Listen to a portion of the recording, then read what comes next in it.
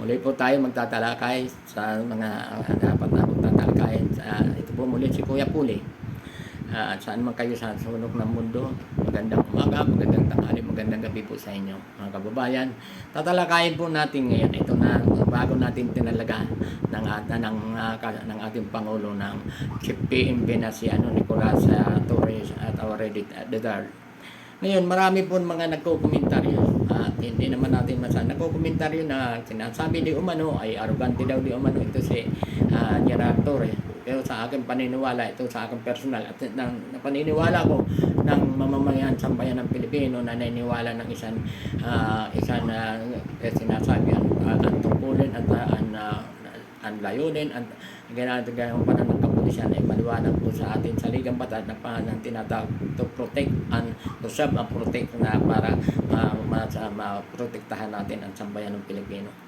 Ngayon, naniniwala ako sa mga nagdaan kanyang panunungkulan na napansin ko at nakita ko po dito nasusubaybay ako kanyang pangalan dito sa science siya dito sa Quezon State bilang Central Police bilang Quezon City Director ng Quezon City Central Police Office na kung saan kung mapapansin po natin ito ay naniniwala ako itong taong ito dahil ito si General Nicolas Torres meron itong tinatawag palabra de honor.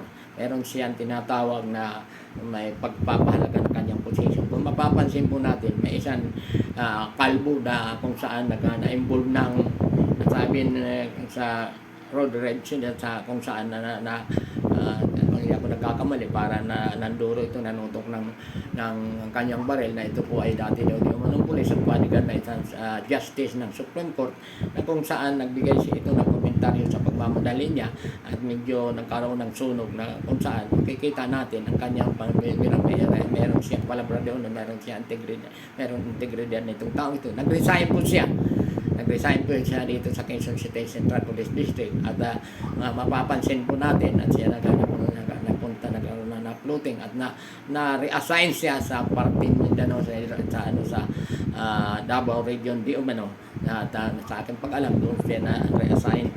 Nung ma-reassign siya doon, nagkaroon siya ng controversial ang kanyang pangalan na kung saan nung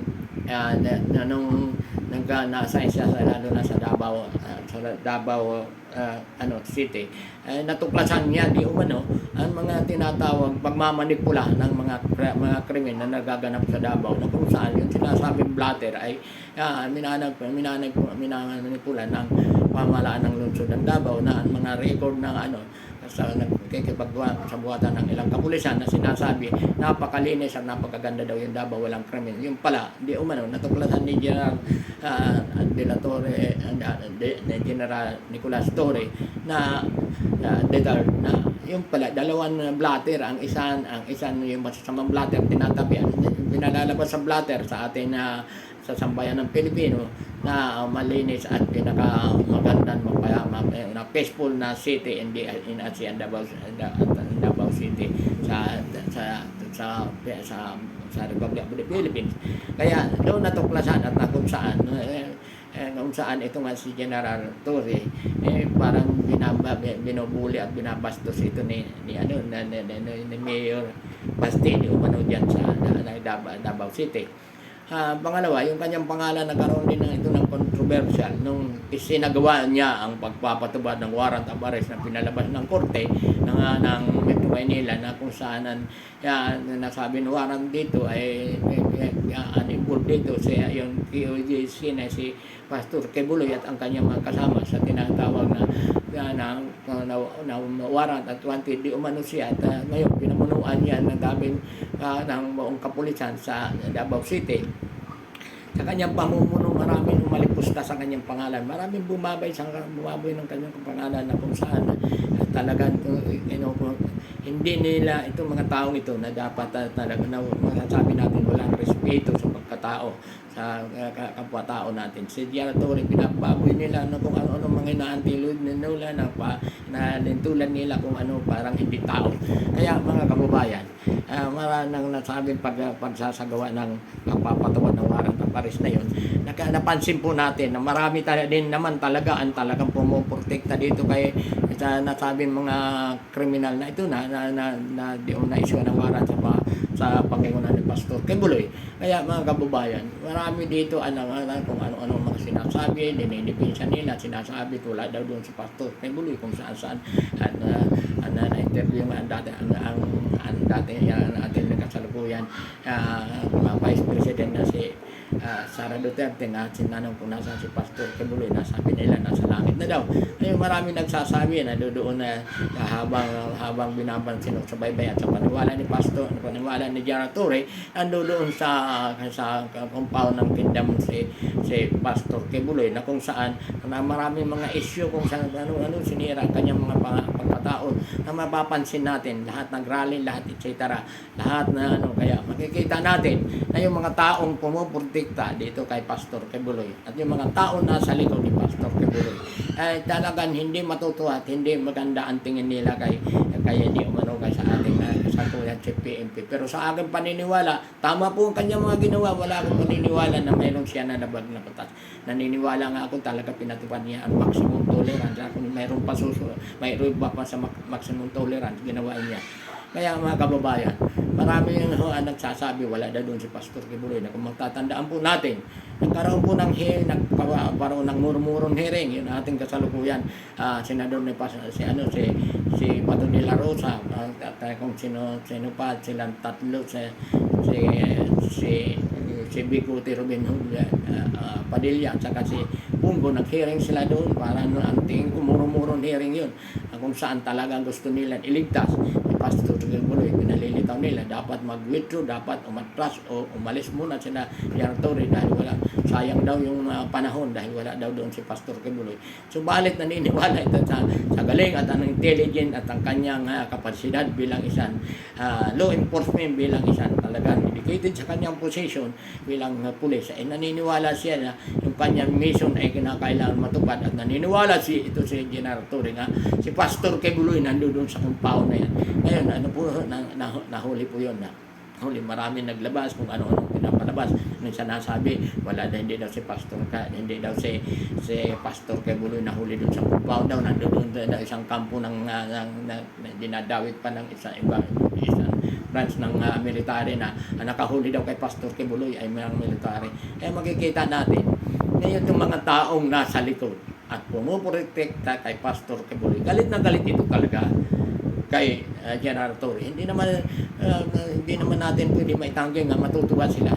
Pero ang katotohanan diyan, hindi nabigo, hindi nagkamali ang si Gerald Torre sa kanya mission na na-accomplish niya yung nasabi mission.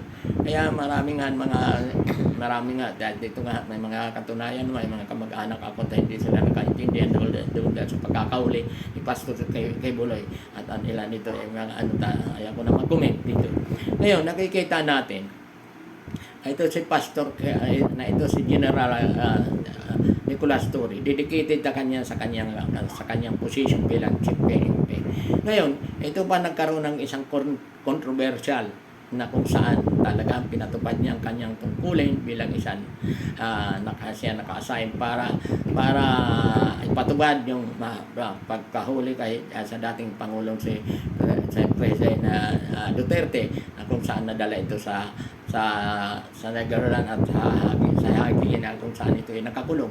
Nakikita natin sa mga oras ng mga panahon na yan, talagang pinatupad ni Gerald Torre ang maximum tolerance na kung saan talagang dinidipinsa at sinasabi mismo na talagang nilalabag at hindi tama ang nasabi pagpapatupad ng warrant of arrest dito kay dating Pangulong Duterte na kung saan nasabing warrant of arrest, kung mapapansin po natin, hindi yan warrant na galing sa ating lokal na hukuman dito sa bansang Pilipinas. Ito ang warrant of arrest ay kung makikita natin at malalaman po natin, ito po ay galing sa International Criminal Court, sa ICC.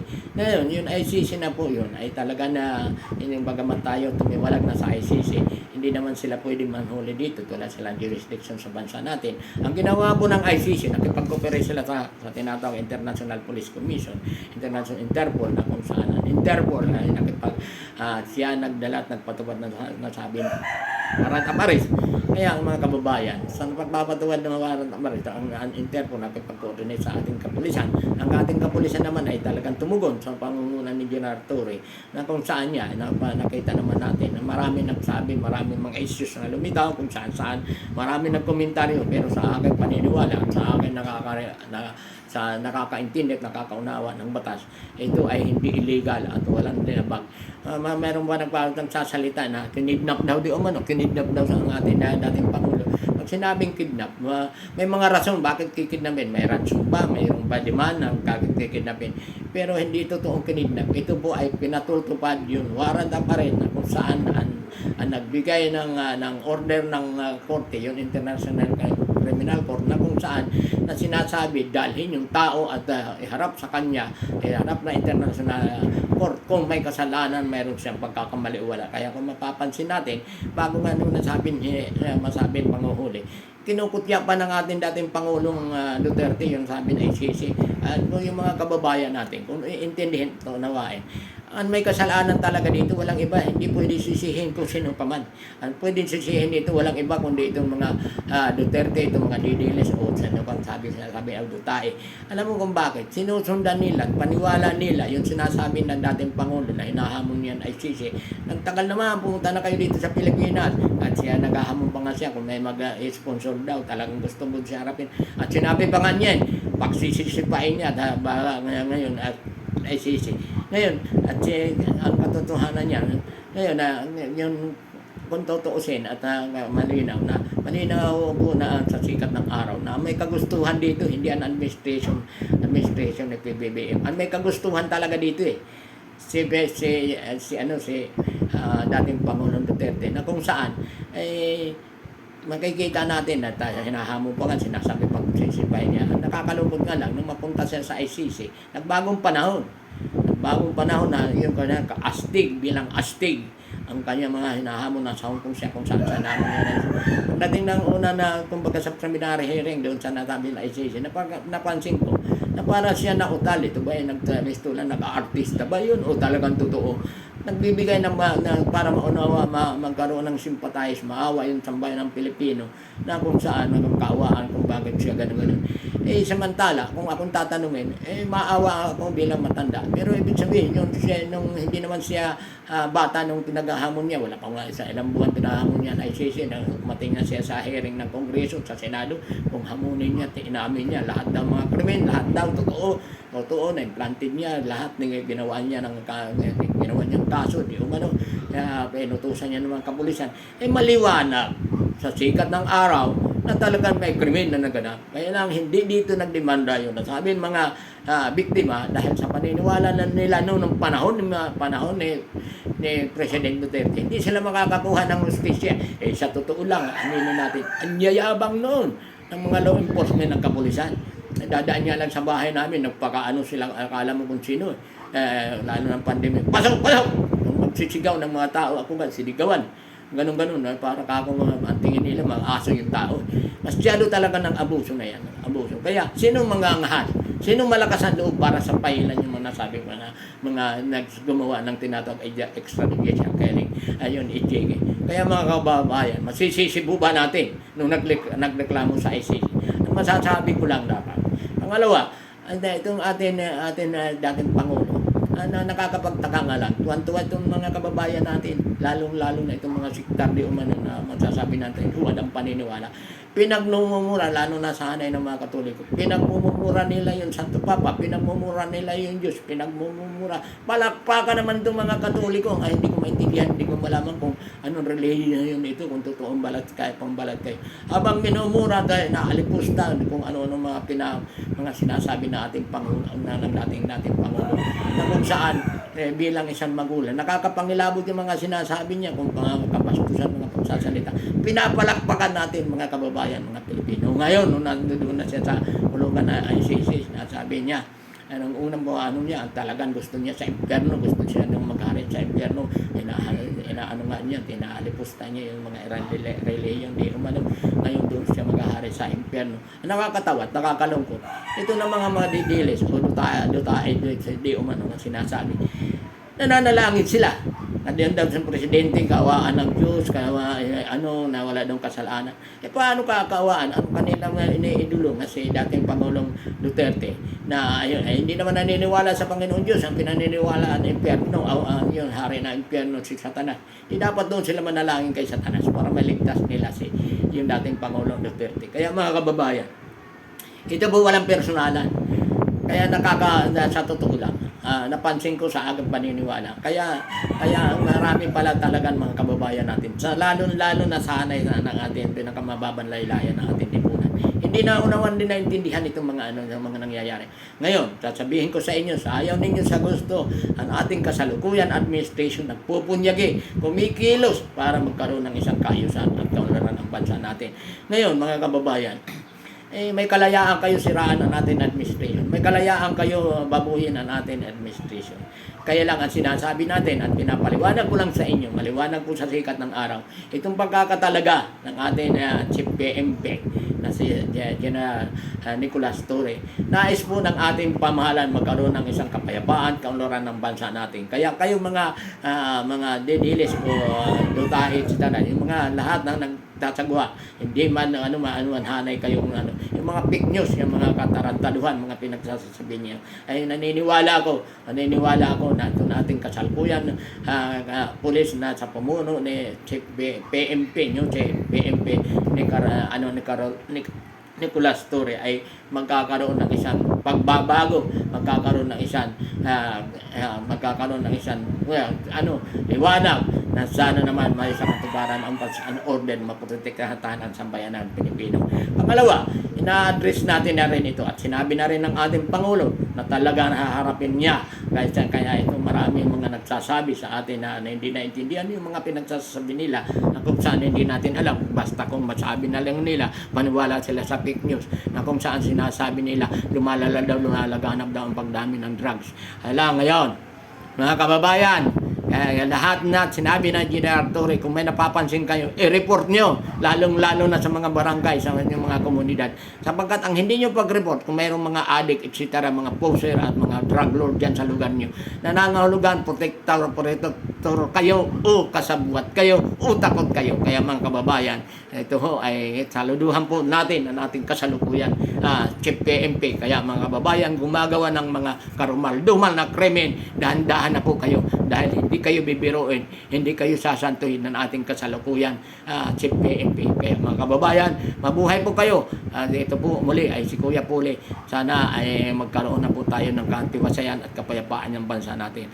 Kung magkakaroon tayo ng kapayapaan at katiwasayan ng bansa natin, tayo lang Pilipino ang pwedeng sumigaw. Tayo mga Pilipino bilang mga kababayan ang pwedeng magsabi, tayo ay tunay ng mga Pilipino. Kaya magandang umaga, magandang gabi po, magandang hapon po sa inyong lahat. Ito po muli si Kuya Puli. God bless at all.